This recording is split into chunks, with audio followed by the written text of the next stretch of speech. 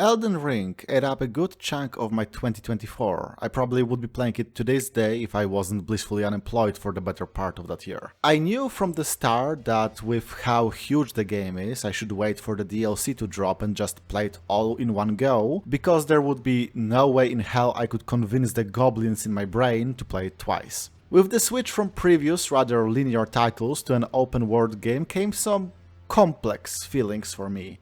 On one hand, the scale of the world really gives you that feeling of wonder when exploring, making you feel like you're discovering a vast, varied landscape and its secrets. On the other hand, if I ever see another ulcerated tree spirit, I am going to pluck out my own eyes and become a hermit. Sometimes less is more, and let me tell you, nothing kills wonder and the will to engage with something quite like repetition.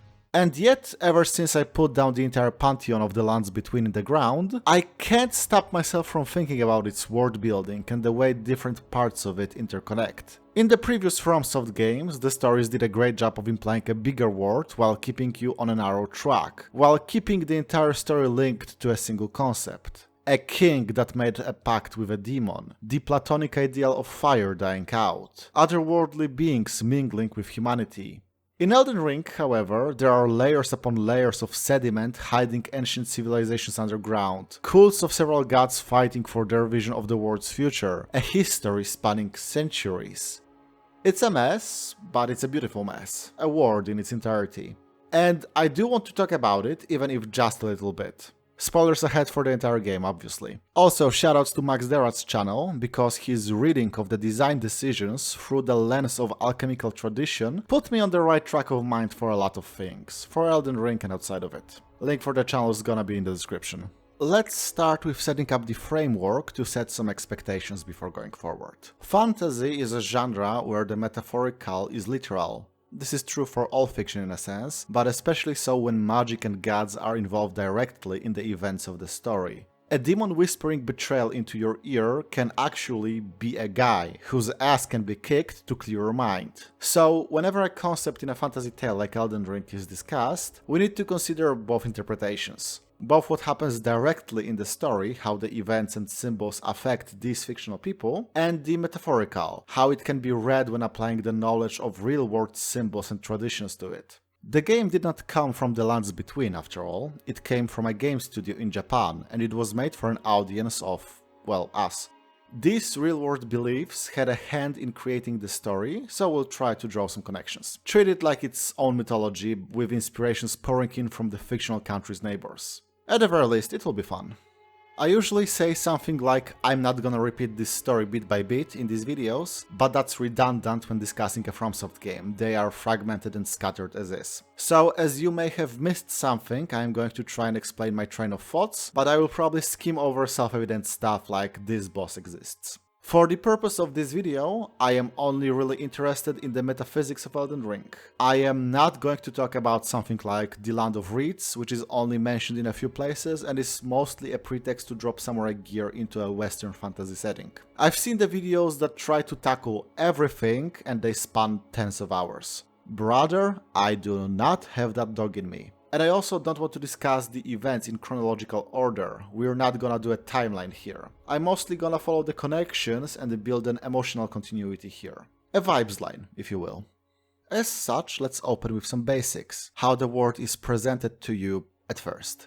The lands between are ruled over by the Golden Order, which is in equal parts a state, a religion and a philosophy. In other words, it is to be obeyed, believed in and thought about by the people under it. It is not quite all-encompassing though. It doesn't take long for you to come across those who do not fit into the mold set by the Order and as such are outcasts for one reason or another. Some of them, like the Horned Omens or tribal demi-humans, seem to be persecuted for simply who they are, with no choice or say in the matter at all, giving the player an early glimpse into how maybe the Order is not quite as perfect as you're told. Others, like the undead or followers of other, even less pleasant religions, are kept out of the larger society for more immediately understandable reasons.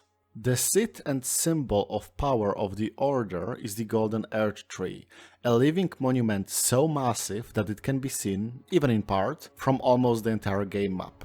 Even when you go underground, the roots of the Earth Tree are there. It is quite similar in concept to the Yggdrasil of Norse myth, with its branches reaching into the sky. It is more than just a beautiful, imposing sight. Its sap has healing properties, its seeds are used to upgrade your HP/MP regen flask. A proper burial involves being entangled by its roots and your body returning to the tree. At one point, everyone believed the tree to be singular and eternal, but certain plot-starting events were followed by it releasing its seeds to the wind, so now more minor earth trees are scattered across the map.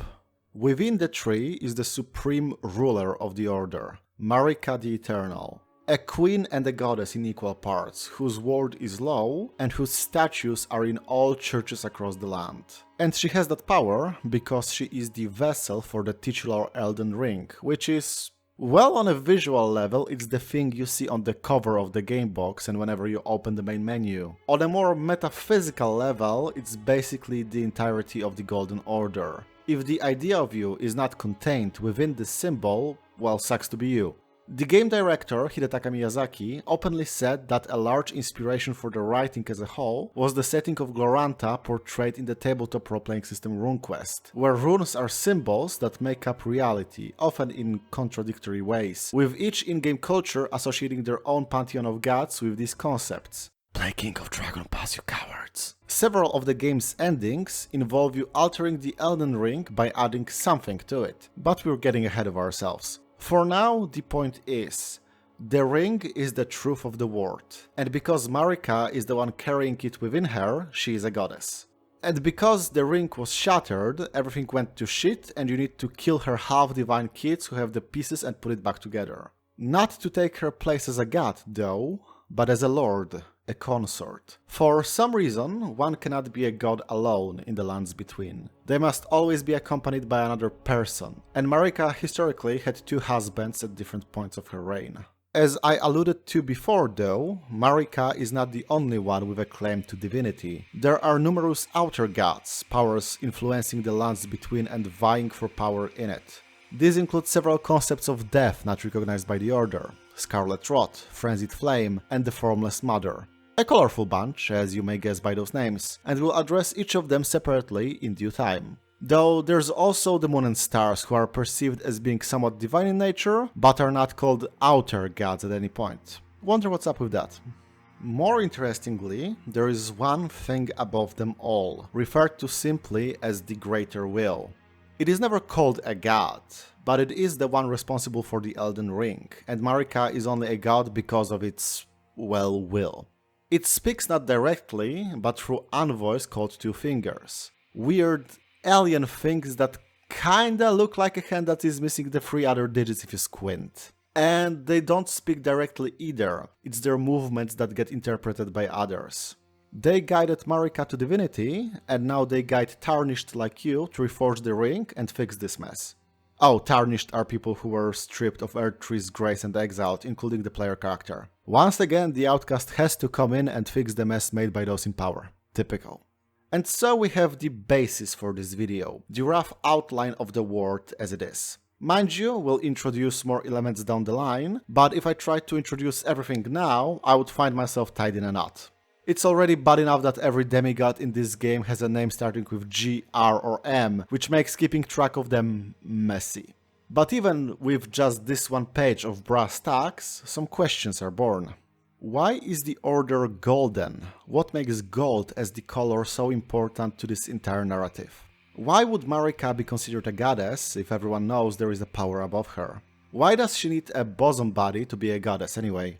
And in turn, what does that make of the outer gods? What is the Elden Ring? Literally, what do all those squiggles mean? And why the hell is it called a ring when it's clearly not one? I mean, sure, there's 4 rings in it, but that's like calling a lawnmower a blade. It's not a very helpful description. Before diving deeper, I think it's also necessary to mention that due to the Golden Order being the literal law of the land, pretty much all the information we get in the game is given through their lens. Of course, this is fiction, so there is no other lens given to us. Try all I might, I am not going to find the game giving me a case for the Scarlet Rod being awesome actually. But it is important to note, because this narrow perspective given to us as the audience plays a big role in how the concepts of the game are presented. Hopefully this will make a bit more sense when we get to specific examples. Alright then, first order of business. Why are the Order, its Grace and the Earth Tree all golden?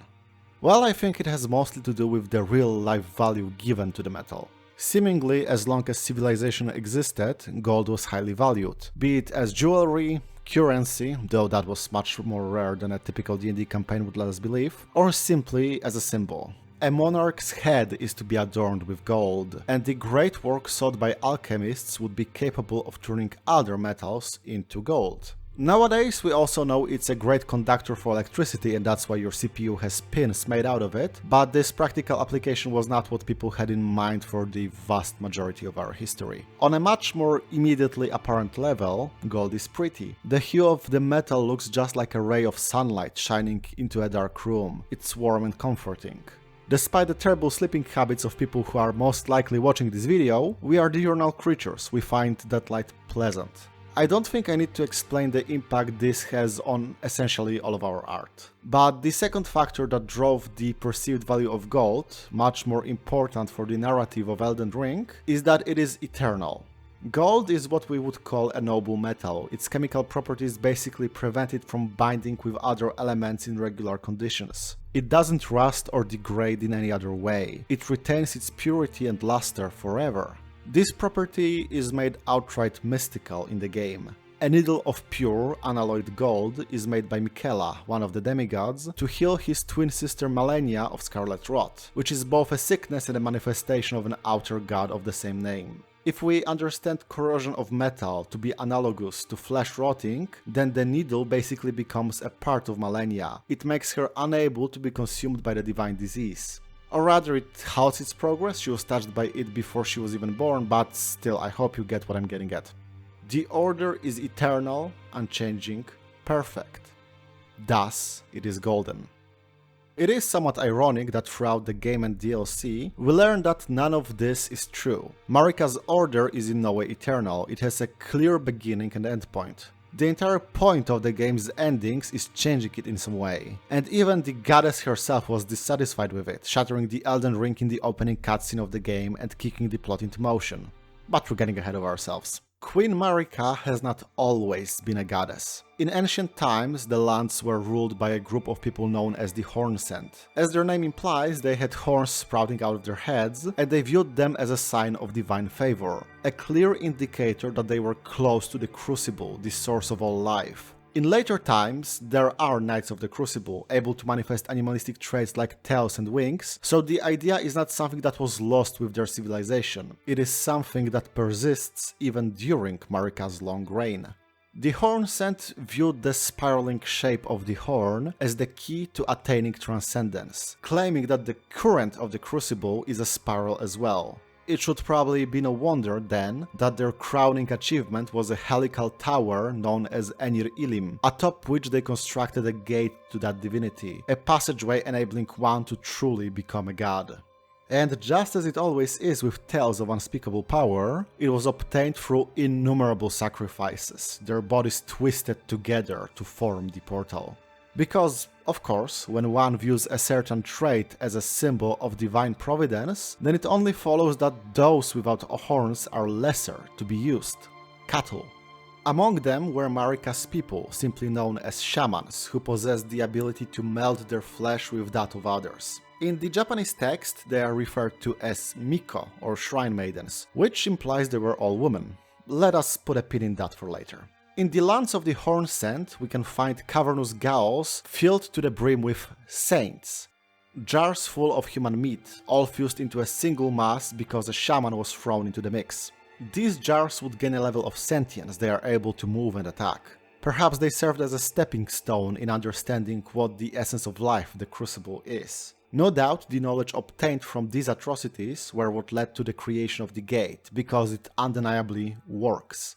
Once again, there is some irony that even during the reign of the Golden Order, the jars remained, though now they seem to operate differently as part of the Earth Tree's eternity. A great example of it is Iron Fist Alexander, a jovial warrior jar you meet during your travels. After assisting you in one boss fight and getting his porcelain kicked, you can find him gathering corpses of warriors into himself to gain more strength. Again, the flesh of many is shaped into one and given new purpose. And on that note, the first demigod you'll likely meet in the game is Godric, a very distant member of the Golden lineage. He is universally viewed as a cowardly monster, in no small part because of the fact that he partakes in grafting, making bodies of others into a part of himself. At one point of the boss fight, he even replaced his arm with a dragon's head. Oh yeah, and he sources these parts by kidnapping and torturing people, as if he was Hornsent himself. He is dismissed by basically every character in the game as someone so far from Marika to barely even matter, yet it's thanks to her lineage that he can do this. The queen's past is so ancient and purposefully buried by her that nobody even knows her to be a shaman, or what a shaman even is. I don't know, I just find this pretty funny in retrospect. I also can't help but think that the shape of the dual spiral, in connection to the essence of life, is also how we portray the real-world source code of all life, the strands of DNA. The Hornsent ideology and civilization is, after all, somewhat transhumanistic in a fucked-up fantasy way. If we apply the logic of our world, they are not wrong to conclude that the double helix is the shape of the life force. And of course, human experimentation and using the suffering of others to elevate themselves can be described as fantasy eugenics. For all of Marika's faults, she did not bail out Hornsent sorcerers in exchange for their research papers. Back to the topic at hand. Marika betrayed the Hornsent and grabbed the divinity that was on the other side of the gate for herself. I put the word betrayed in air quotes because I've seen a lot of people mention that this is a sign that Marika was accepted by the Hornsent in some capacity, but I think it's as simple as the fact that a peasant turning against their lord would be considered treason, even if the lord hunted the peasant's family for sport. Marika simply stepped out of the spot given to her in that society. She was guided by Metyr, the mother of all the other creepy fingers, a being claiming to be an envoy of the Greater Will. We'll come back to that concept when discussing the will in depth. For now, let's just focus on the fact that every potential god guided by the fingers is dubbed Empyrean, and their guiding alien weirdo grants them a shadow, an artificial being serving as a protector, and an executioner in case the little divinity doesn't do as it's told. Marika's shadow is Maliketh, and he was given the task of sealing the rune of destined death, the fact that everything comes to an end at some point. Marika shaped the current of the crucible into a golden healing tree, reminiscent of one she created in her home village, even as she knew there was no one there left to heal. And so the Golden Order was born, with the possibility of it ever ending or the Earth Tree dying, literally taken out of the source code of reality. The timeline is a bit more convoluted than what I described though. There is a prehistoric civilization of beastmen that worshipped dragons and revered having 5-fingered hands that allowed for use of tools. Said dragons getting into a civil war and getting blasted by a meteorite so hard that the ruins of their creations are found all over the map, and a good chunk of it now exists outside of time. At least one vaguely Greco-Roman human civilization that lies buried in the ground and shows signs of transitioning from polytheism to monotheism. Some mentions of an entire culture where the nobility venerated the Scarlet Rot. Not to mention the Golden Order waging war to bring all of the lands between under their banner, nearly eradicating the fire giants in the east because their worship of fire posed a significant risk for the Earth Tree, and marrying the space-worshipping Carian magicians in the south, which made their sorceries and astrological findings kinda a part of the Order, but also not really, and not fitting all that well either. All of these things had an impact, big or small, on the culture and beliefs of the Order, and as a result it has a complex, self-contradicting history, just like you can't really describe a real nation with one-sentence philosophy and some aesthetical choices, despite what many other fantasy settings might make you believe. Since we mentioned Carians, I do need to bring up the role that the stars play in all this. Similarly to our history, they are viewed as something that dictates one's fate. If you know how to read the stars, you can tell your own future. Unlike in our reality, they are also possibly sentient, and the meteorites that fall are not just big rocks, but stone-like creatures that can command gravity around them. Being star-crossed is not just being doomed to suffer a tragic end, it's getting your hometown wrecked by an alien dog, or worse. There's even two distinct groups of guys, Alabaster and Onyx Lords, who are said to have been born when one such meteorite hit the Earth. And best of all, one of the demigods, General Radahn, saw this power, screamed at the night sky to 1v1 him, and won, stopping the movement of all the stars in the sky. What a fucking guy. Not sure what the moral implications of literally fighting fate are, but it's the raddest thing in the entire game, so I'm willing to let it slide. It's too bad we have to kill him to move the stars again. On the topic of death, it's pretty interesting how it's shown in Elden Ring. You see, there are several deaths present in the lands between. There are ghost ferrymen, akin to the Greek Charon. There are also deathbirds, whose role it was to rake the ashes of the dead. And then there is the peculiar case of those who live in death, undead. Those whose life should have ended, but they still walk. As far as the Golden Order is concerned, there is no death. Death is an outer god. If you stop moving, you go back to the Earth Tree and continue on as a part of it. When applying that to reality, it is very similar to how old practices and beliefs remain, even as the dominant dogma changes. You would be hard-pressed to not find a modern religion that does not have pagan holidays and rituals rolled into its practices. Since we're talking about dogma, there are two main laws of the Golden Order. The first is the law of regression, stating that all things yearn to converge into one, which definitely tracks with what we discussed so far.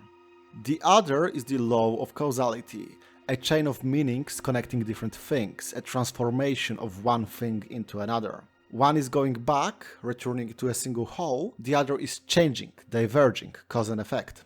It's pretty easy to see these two as opposites. And indeed, for the longest time, I gaslit myself into thinking that the gestures you perform to activate incantations associated with these laws are mirror reflections of one another, a gesture symbolizing one force overpowering the other, like a weight put on a scale disturbing its balance. But after I went back to watch clips of people using them, the gesture is identical in both cases. The law of regression and law of causality are the same thing, even as they have completely different effects, in gameplay cancelling status effects and reflecting damage respectively. Despite being opposites, they are connected, like 2 points in a loop. The gesture used when casting the spells is not a balance shifting, it's drawing a ring with your fists. This theme of linked duality, of opposites creating a whole, is pretty prominent throughout the game. The most common is the classical duality of body and soul, as shown by two demigods, Ranni and Godwyn, dying in body and soul respectively, each carrying a half-circle centipede-like brand. Both of them achieved a form of flawed resurrection. Ranni transferred her soul into a doll, and Godwyn is the first of those who live in death, an eternally rotting husk entangled in Earthtree's roots. And putting the two brands together to form a circle allows you to introduce death into the Elden Ring once more, including the existence of the undead. This is linked to the Japanese cultural understanding of centipedes as unclean, stagnant beings, mythologically associated with a flawed, imperfect immortality, which has been married with the more Western fantasy idea of walking skeletons and zombies. Another possible ending is given to us by Goldmask, a tarnished scholar who silently observes the world trying to understand the fundamentals of the Golden Order and protect them. He reaches a realization on how to do it when you tell him the truth of the religion's top two beings, that the golden-haired Queen Marika and her red-headed king consort Radagon are one and the same. Marika aimed to shatter the ring, to bring about change to the order she created, as if she was the law of causality given form. Radagon tried to repair it, keeping things the same, as if he was law of regression. One being, two completely opposite goals. This, in turn, draws inspiration from European alchemists, who in their pursuit of the Philosopher's Stone, of turning everything to gold, imagined a union of opposites, portrayed as Adam Kadmon, a man and a woman conjoined in one body. For Goldmask, that is not enough. There can be no perfection in the order if the gods are as unstable and flawed as humans. He aims to encircle the Elden Ring once again, keeping it from ever changing, from being influenced by outside factors. And he portrays this realization of balance, the totality of the Golden Order, by T-posing at you. What a guy. There was one other civilization of note, one that looked to the stars. Nox and their eternal city, which you find deep underground because, allegedly, the stars looked back at them and didn't like what they saw. They tried to artificially make their own lord, a lord of night, and in that pursuit created mimics, creatures of quicksilver that can turn into anything or anyone. You may think that it's weird that they would want to be ruled by a hollow artificial thing, and I want you to hold that thought for a few minutes. When placed next to the Golden Order, there is, once again, some visible contrast. Gold and silver, day and night. the sun symbolizing the masculine in the alchemical writings, and the moon symbolizing the feminine. And we find some records that there was an Empyrean called the Gloam-Eyed Queen. There is no direct link in the text between her and the Nox, but let me cook. A woman who used the Rune of Death to create a black flame to kill the gods, making a small army of godskin apostles for that goal. We are told that she was defeated by Maliketh, Marika's shadow, and the Rune of Destined Death was sealed. And as the Golden Order was established by locking death away, this came before that. Moreover, the Nox are described as all being women, very similar to the shamans of Marika's village. The Gloam-Eyed Queen's sword also turns into a double helix at its tip, the current of the crucible venerated by the Hornsent. And who would be considered gods at the time, if not them? Either literally, because they went through the gate atop Enir-Ilim, or in societal sense, as a ruling caste. And finally, we know that the Shadow can turn on their Empyrean, compelled to do so by the Two Fingers, if the god-to-be is not following the plan. The same thing happens in the main game, when the fiercely loyal Blaive falls into a bestial rage when you progress Ruani's quest to kill her own Two Fingers far enough. And Metyr, the one who guided Marika, is locked in the Land of Shadows like the rest of her past shames. So here's how I see this. Marika was the Gloam-Eyed Queen and carried out her vengeance, most likely ruling a civilization of people from the same cultural group as her village. She was forced to stop by Maliketh because that did not align with the plan, and maybe realized that in her pursuit of freedom, she found herself as a slave to another power.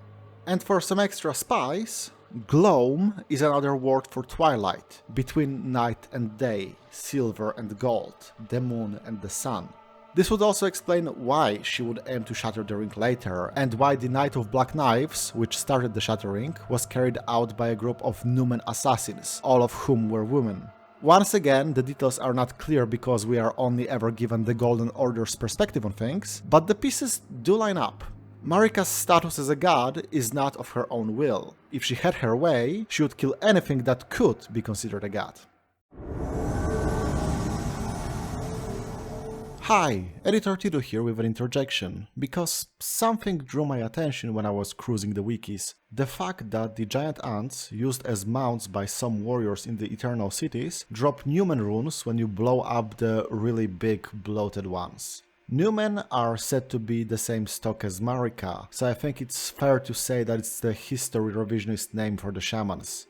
And you know what ants are? They're a species where all the individuals are female, with male drones only being born for procreation with the single queen, and all the other ants being her children.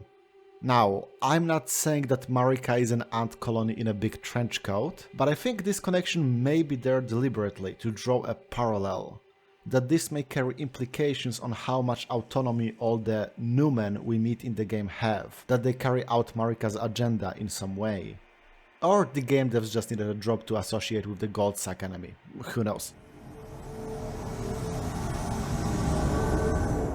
What of the outer gods then? I've seen people saying that they're described as being outer due to coming from space, unknowable eldritch powers akin to everyone's favorite dragon squid man from Lovecraft's short stories. And while I'm sure that's partially true, everything in the story comes from the stars in some way, and there are near-divine beings that are not given that moniker, so it feels weak to me.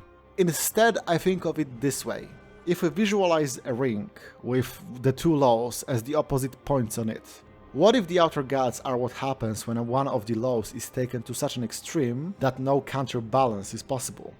The clearest case of this is the Frenzied Flame, a force manifesting itself in a maddening yellow fire. If you allow yourself to get embraced by its herald, the Three Fingers, buried deep in the catacombs of the royal capital, you get a pretty clear description of its goals from Hayeta, a blind woman who was guided to the same place. At one point, all was one, akin to the primordial chaos in Greek myth. However, the Great Will made it separate into distinct things, people, ideas, time, space. And the Frenzied Flame thinks it was a horrible mistake and aims to burn everything to ash, to make everything be one and the same again. What is that, if not the law of regression at its purest form? Though I have to say it's pretty disappointing that you can find the ruins of a village called Yellow, infer that this is where the flames started spreading in the lands between, and the boss fight there is an adult form of the Space Rock Dogs. It's a cool fight, but it's not exactly linked to that place, which should carry some more narrative weight here. At least we get a proper unique fight against the Lord of Frenzy in the DLC. On the opposite side of that, we have the Scarlet Rot, an outer god taking the form of disease, worshipped by centipede-like creatures, transforming the infected into patches of mushrooms, landscapes into swamps. And these vermin are intelligent, able of deception, guiding you to make Malenia, a demigoddess infected with rot since conception, to bloom into their goddess. And also they have more mundane uses of the process of decomposition, like pickling things or making booze. This, I feel, is the law of causality in its extreme. Transformation, death and rebirth. Bodies rotting away so new life can spring from them. Unrecognizable, yet still linked. Conceptually, the rot is close to the Shinto concept of kegare, a physical and spiritual defilement, brought about by the proximity of death, childbirth, disease, and a bunch of other factors. Some of them linked to heinous crimes, but mostly amoral and just kinda happening to you. If one does not purify themselves, it spreads to others close to them. And again, we have that link of images of centipedes and that impurity.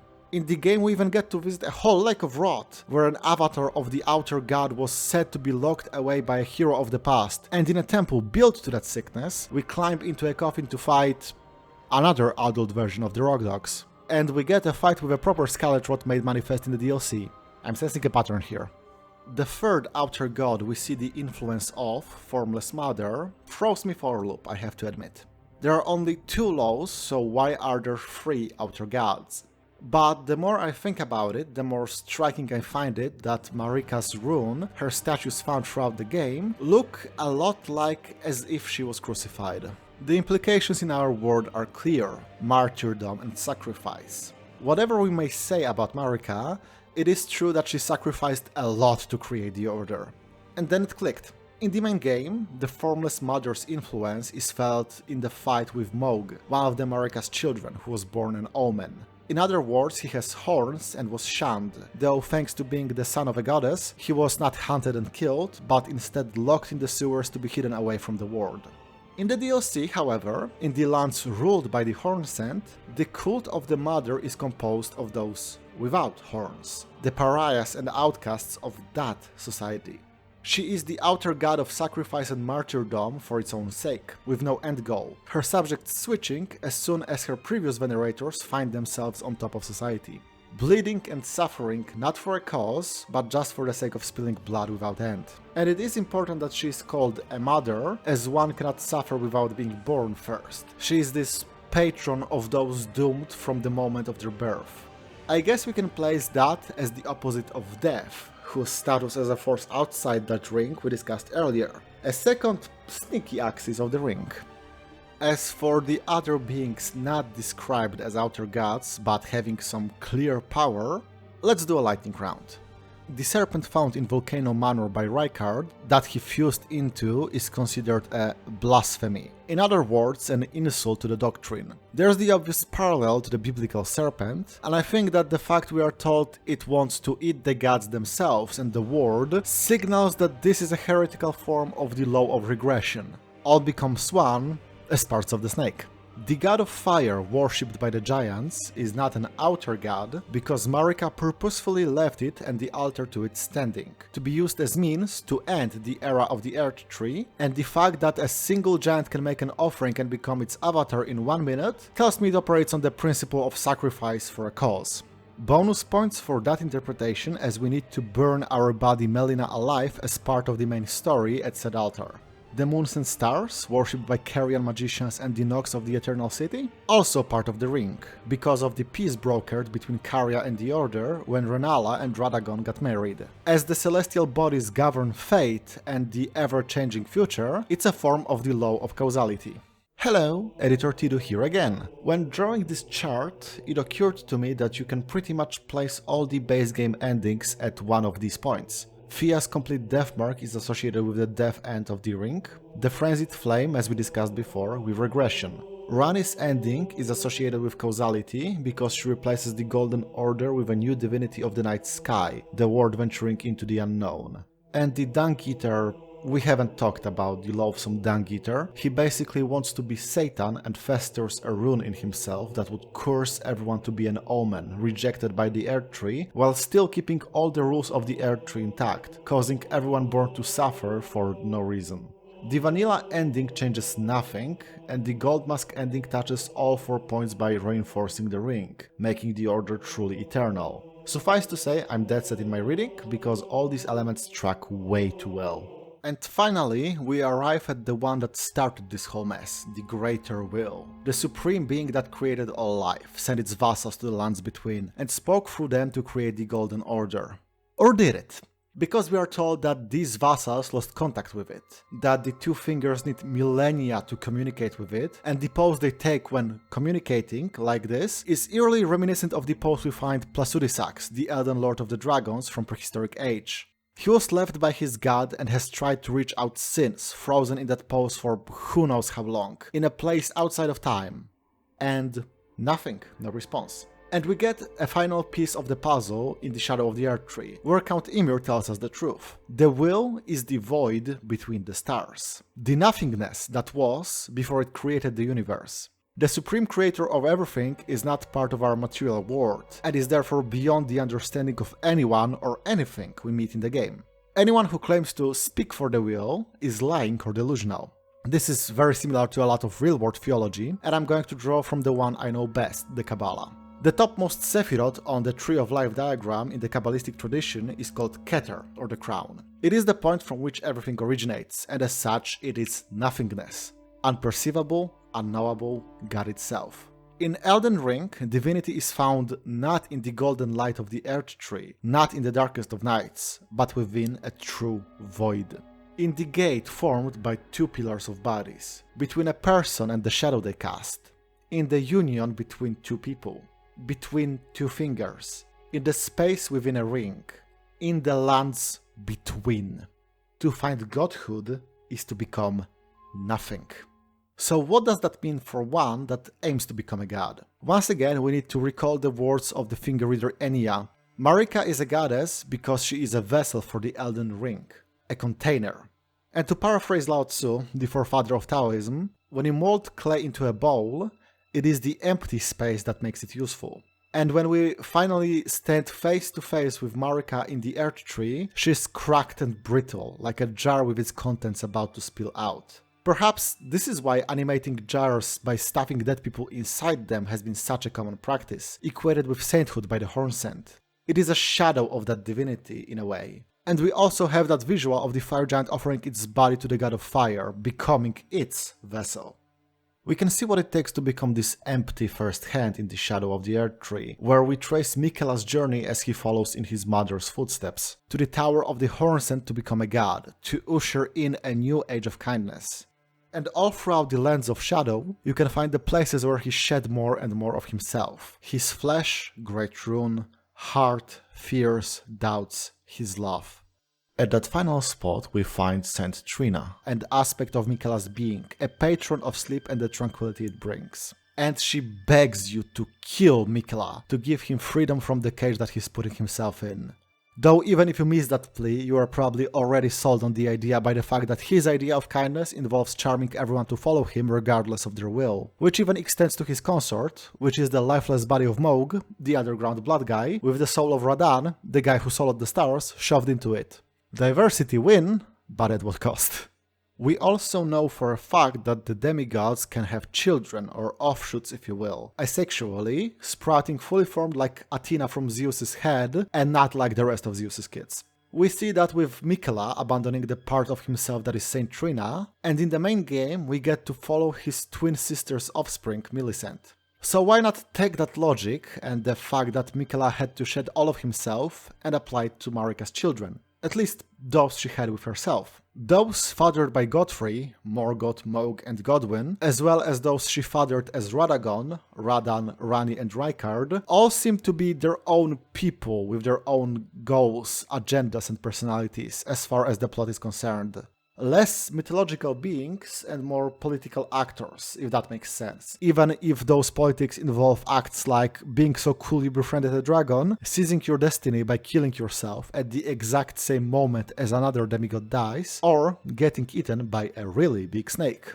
As for the other four, each of them with their own butterfly associated, Mesmer, the firstborn unwanted child, was born with an abyssal serpent in him, and carries out Marika's vengeance on the Hornsent in the Lands of Shadow, putting everything to the black and red flame. And upon seeing this child and the evil writhing in him, the goddess recoiled, plucked out his eye and replaced it with the grace of gold, to keep it sealed in. If we go with the speculation that Marika and the Gloam-Eyed Queen are one and the same, the black flames sure are a good connection point. And with him, she abandoned, well, everything we see in the DLC. Hatred, shame, loneliness, all coiling inside her like a serpent. All the things she did not want. The first to go.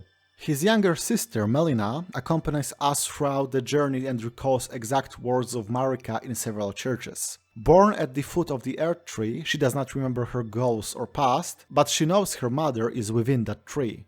She willingly offers herself to the flames of the giants to set the Earth Tree aflame, yet she does not condone embracing the frenzied flame to burn it all. If you do, she abandons you and glares at the camera and shows a single gloam-colored eye. With her, Marika abandoned her hopes, that her sacrifice is meaningful, that she is capable of slaying gods. Maybe this is also her abandoning her death, because you need to set the Earth Tree aflame to find Maliketh and destined death in Farum Azula, outside of time. But that's a bit too wonky for my liking. The last two, the Empyrean twins, are a bit tricky if we take the story fully literally. They were born after Godfrey left, when Radagon came back to become the second royal consort. By all accounts, Marika was already a goddess, and it would make no sense for her to shed even more of herself if she was already hollow enough to make space for the Elden Ring. But we're going full mythology brain here. If Gilgamesh can be 2/3 of a god, then Marika can ignore the linear passage of time. Malenia was afflicted with the Scarlet Rot for all her life, and yet grew to become the greatest warrior of them all, her pride holding the sickness at bay. She is the most problematic one, because we frankly never see how she truly was. By the time we meet her in the game, she is a shell of a person, bewitched by her twin brother, calling herself the Blade of Miquella. Everything she does is for him. So let's take that and her affliction, and what do we get? With Malenia, Marika abandoned her weakness. Physical, a rotting body that should be incapable of accomplishing much, and mental, for following the path charted for her by someone else, without reflecting on what it means for her. And yet there is grace and pride in that weakness, giving you an absolute hell of a boss fight. Finally, Miquella, cursed with eternal youth. The only golden-haired child of the four, closest to Marika in looks despite being a boy. A kind, brilliant child who helped develop the Golden Order fundamentalism, tried to cure his sister with unalloyed gold, attempted to use a solar eclipse to bring Godwyn back to life, created the Helix Tree to serve as a refuge and new beginning for when the Earth Tree dies, and finished none of these things. Just like his body, all his endeavors are doomed to never reach maturity. There is potential in all of them, and some of it is realized by others, notably Goldmask finishing the study into the fundamentals, but never by him. Only once he shed his Empyrean flesh in full, he was able to emerge from the gate as an adult man. And then you kill him and his husband, probably cosplaying as his husband. Like mother, like son, I suppose. So, what did Marika abandon by giving birth to Miquella? The same things he has to shed in the DLC, of course. Fears, doubts, and love. All the things that stopped her from condemning all her children to death, finally grabbing that hammer and shattering the ring. The final question remains then. What is the Elden Ring?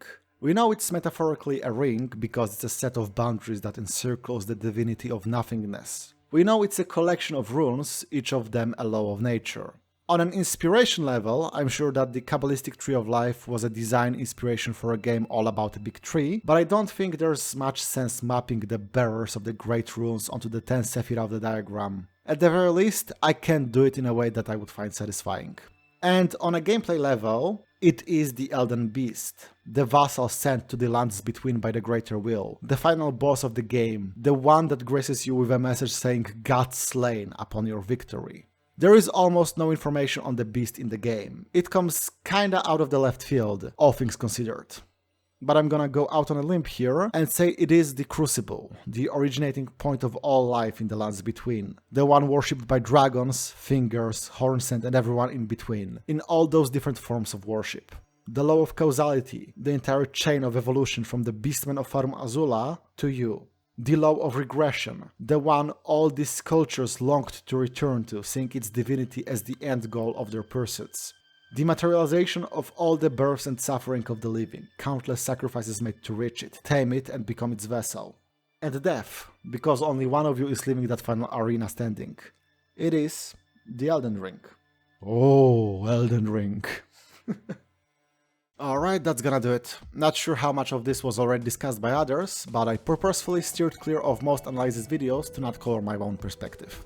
I might get dissected 50 ways to Sunday telling me how this reading is wrong, but I've had it warming at the back of my head since I finished the game, so here it is. This video was brought to you thanks to the support of my patrons, now visible on the screen. Recently we had Barlim join their fray. We also received a donation from Akum, and to answer their question, not yet, but Lisa is definitely on the list, and Berserk has been a big part of my life for 13 years now. I do need to tackle it. Next time we'll talk about, well, not a FromSoft game, I can tell you that much. Something smaller perhaps.